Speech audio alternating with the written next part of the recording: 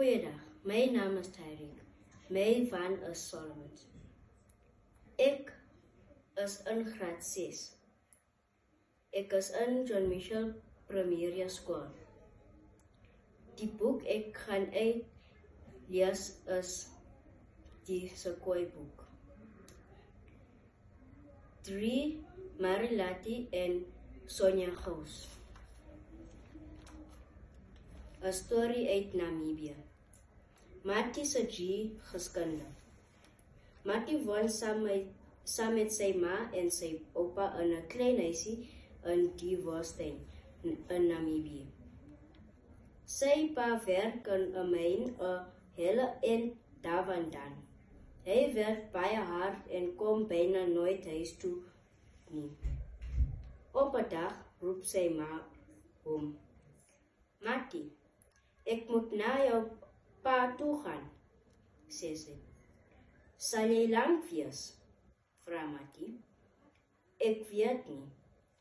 Ek moet daar bly totdat die baba gebore is. Maar oupa is hier. Hy sal na jou kyk, verduidelik sy ma. Kan man nie die baba hier by ons kry nie? Vra Mati. Nee, Mati. Daar's 'n hospitaal in die myndorp. Ek wil naby jou pa wees, sê sy ma.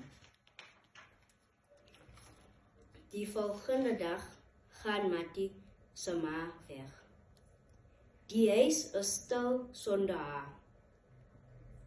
Oupa Nampa sien dat Mati baie na sy ma verlang.